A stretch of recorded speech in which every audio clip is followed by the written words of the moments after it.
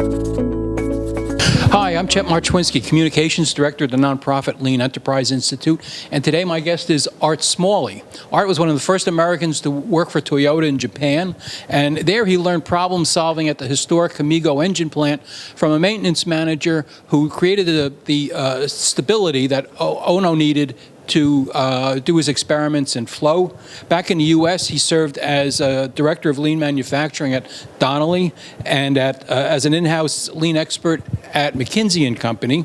Art later founded Art of Lean and is a member of LEI's training faculty.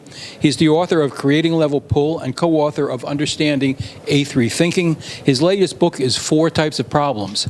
Art, thanks a lot for coming in and talking to us about problem solving today. Oh, thanks, Chet. My pleasure to be here.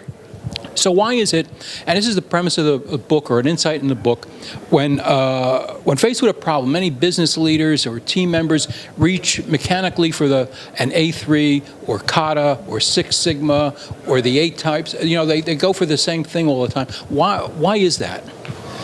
So a couple of reasons. It's a good question. It's quite a natural thing to experience, and maybe it's an inevitable part of a learning journey, okay? But by and large, what behavioral psychologists tell me is that 2 things influence how you tend to learn, teach, and problem solve and do things. Number one is what you learn first. So whatever framework you learn first, that is going to put a pretty dominant brand on your brain and how you choose to look at things. The other way of looking at it, though, they can ask you behavioral questions about how you like to learn, teach, coach, problem solve. And do you go more towards concrete things? Do you go more towards abstract things? Do you go more towards people? Do you go towards number? Do you go more towards reflection? Do you go more towards actively learning by doing? And all those are good things, which are part of problem solving, but you will bias. They can put you on a radar plot in a quadrant. And I can predict with about a dozen questions and people's responses what quadrant they'll in, that people love to reflect and think hard about ideas and using numbers approach tend to prefer Six Sigma. And if they learn Six Sigma first and their preference is for Six Sigma, they're going to dogmatically adhere to that in many cases. And by the way, it's a great approach for a lot of specific types of problems, minor in math and specialty in statistics. So I got a bias in that direction, and I did process control and capability studies on crankshafts, so I'm comfortable in that field.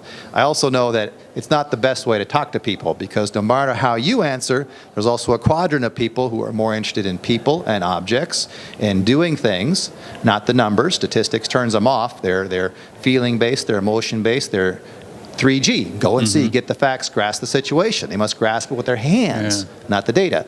Those people like to learn by doing and have an implementation-based approach to problem solving. Again, there's nothing wrong with that. That's a big part of Toyota. We talk about learning by doing.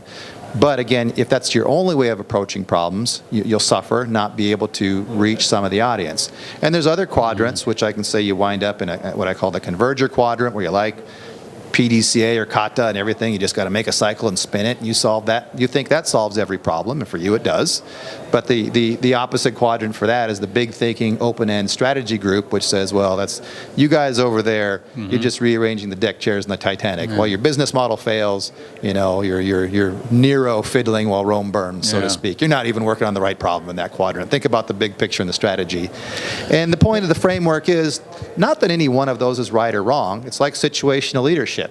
Depending upon the task, the person, the problem you're working with, you might have to alter your pet framework to have the most effective in dialogue. Any approach can work, but it takes more effort sometimes. And I wanted a framework. John Shook and I wanted to come up with a framework where you can flexibly shift gears, look at it from different points of view, and come up with the most effective way to interact with people and approach the process. And you make that point. This is really a framework. You're not trying to stuff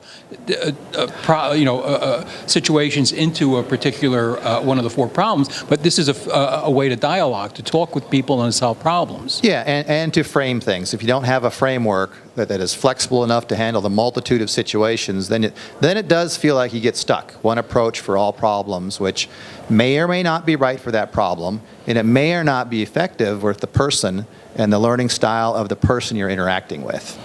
Now, one of the types is type 1, which is troubleshooting. You don't hear a lot about that anymore, but you emphasize its importance, and this is not just firefighting. Yeah, there's bad firefighting and bad troubleshooting, and there's good troubleshooting.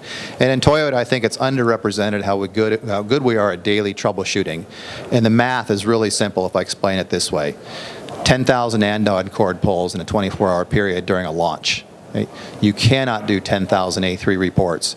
You cannot have 10,000 sessions where we sit down and do a coaching kata routine in a day in 24 hours. You cannot do Six Sigma style process control studies in a 24-hour window. It's not possible. Yeah. And Toyota doesn't do that. What we do is triage. Those little things we want to handle at the front line through the team member, team leader, group leader interaction.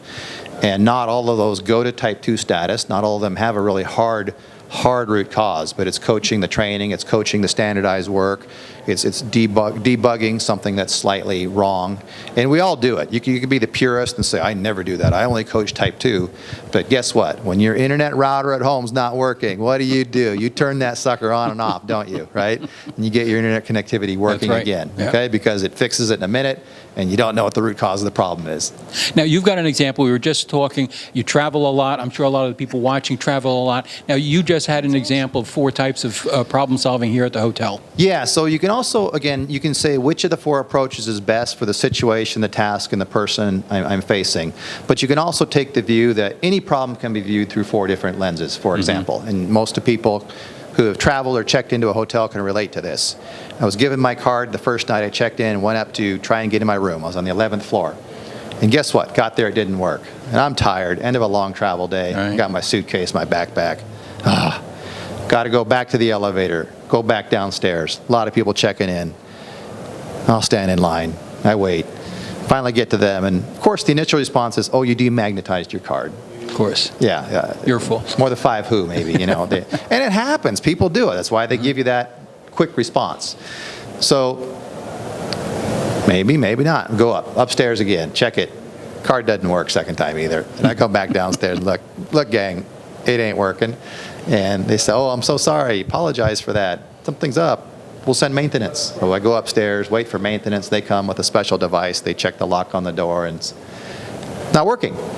Oh, sir, this is broken. I'm sorry, and we need to get a new battery for you. And, oh, thank you. All right, get the battery. Come back in. I'm standing waiting. Put the battery in. Lo and behold, it works. So 20, 30 minutes later, and maybe it wasn't that long, I'm in the room. But it's too long. That was kind of a bad sequence of troubleshooting. The crazy thing is it happened the next night again.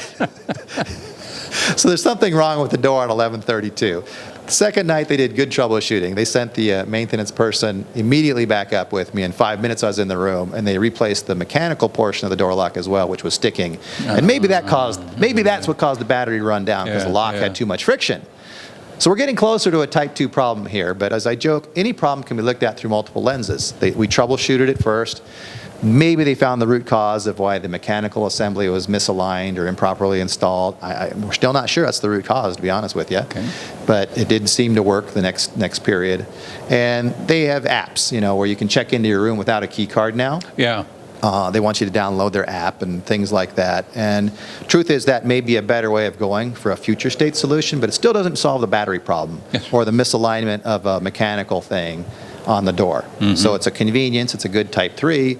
So the million-dollar question is, and I don't have the answer, but what's the type 4 solution for this? How can I get into my room, 100% reliable, facial recognition, bioscan, I don't know, a lock that always works. Solar power lock or something. And the mechanical alignment is always good, or detections are surfaced. We don't have the type 4 solution figured out for this yet, but maybe there's something better, magnets instead of mechanical locks. I don't know.